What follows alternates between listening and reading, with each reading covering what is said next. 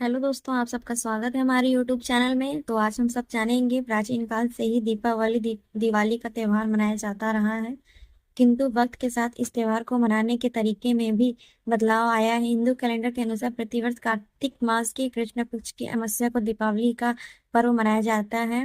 दीपावली को प्राचीन काल में क्या कहा जाता था और कब से हुई थी इस पर्व को मनाने की शुरुआत, और क्या है इसका इतिहास, तो आज हम जानेंगे दीपावली पर्व के बारे में।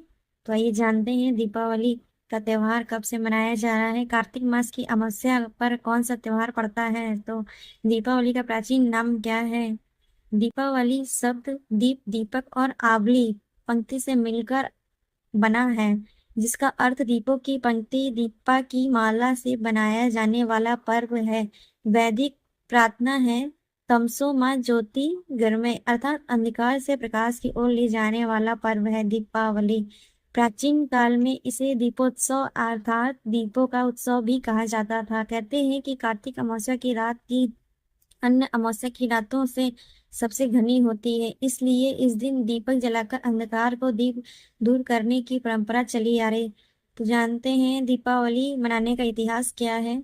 नवीनतम शोधा अनुसार सिंधु घाटी की सभ्यता लगभग 8,000 वर्ष पुरानी है, अर्थात इसे ईसा से 6,000 वर्ष पूर्व सिंधु घाटी के लोग रहते थे, मतलब रामायण काल के पूर्व सिंधु घाटी सभ्यता की खुदाई में पकी हुई मिट्टी के दीपक प्राप्त हुए, और 35,000 वर्ष पूर्व मोहनजोदड़ो सभ्यता की खुदाई से प्राप्त भवनों में दीपों को रखने हेतु ताक बनाए गए थे। मुख्य द्वार को प्रकाशित करने हेतु आलोक की श्रृंखला थी। मोहनजोदड़ो सभ्यता के प्राप्त अवशेषों में मिट्टी की एक मूर्ति के अनुसार उस समय भी दिवाली मनाई जाती थी।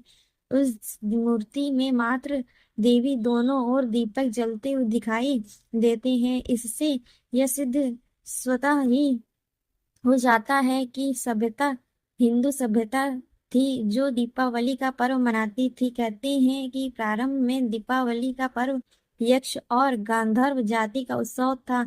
मान्यता है कि दीपावली की रात्रि को यक्ष अपने राजा कुबेर के साथ हास्य विलास में बिताते व अपनी यक्षिणियों के साथ आमोद प्रमोद करते थे। बाद में यह त्योहार सभी जातियों का प्रमुख त्योहार बन गया।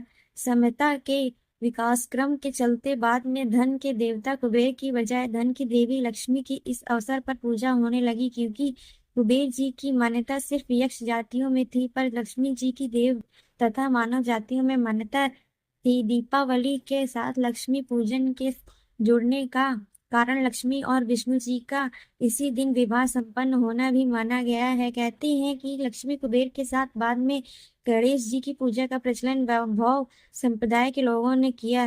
रिद्धि सिद्धि के दाता के रूप में उन्होंने गणेश जी को प्रतिष्ठित किया। कहते हैं कि इस दिन एक और जहां समुद्र मंथन के पश्चात लक्ष्मी व धनवंतरी प्रकट हुए थे, वहीं इस दिन काली माता भी प्रकट हुई थी। इसलिए इस दिन काली और लक्ष्मी दोनों की ही पूजा की होती है, और इसी कारण दीपोत्सव मनाया जाता है। और कहते भी हैं कि दीपावली का पर्व सबसे पहले राजा महाबली के काल से प्रारंभ हुआ था। विष्णु ने 3 पग में तीनों लोकों को नाप लिया। राजा बलि की दानशीलता के प्रभावित होकर भगवान विष्णु ने उन्हें पाताल लोक का राज्य दे दिया। साथ ही यह भी आश्वासन दिया कि उनकी याद में भी भूलोक वासी प्रत्येक वर्ष दीपावली मनाएंगे। तभी से दीपोत्सव का पर्व प्रारंभ हुआ। यह भी कहा जाता है कि इस दिन भगवान विष्णु ने राजा बलि को पाताल लोक का स्वामी बनाया था, और इंद्र ने स्वर्ग को सुरक्षित जानकर प्रसन्नता पूर्वक दीपावली मनाई थी। कहते हैं कि भगवान श्री राम अपना 14 वर्ष का वनवास पूरा करने के बाद पुनः लौट आए थे अयोध्या। माना जाता है कि वे सीधा अयोध्या न जाते हुए पहले नंदी ग्राम गए थे, और वहां कुछ दिन रुकने के बाद दीपावली के दिन उन्होंने अयोध्या में प्रवेश किया था। इस दौरान उनके लिए खासतौर पर नगर को दीपों से सजाया गया था। तभी से दीपावली के दिन दीपोत्सव मनाने का प्रचलन हुआ था। ऐसा कहा जाता है कि दीपावली के दिन पहले श्री कृष्ण ने अत्याचारी नरकासुर का वध किया था, जिसके नरक चतुर्दशी कहा जाता था। इसी खुशी में अगले दिन अमावस्या को गोकुल वासियों ने दीप जलाकर खुशियां मनाई थी।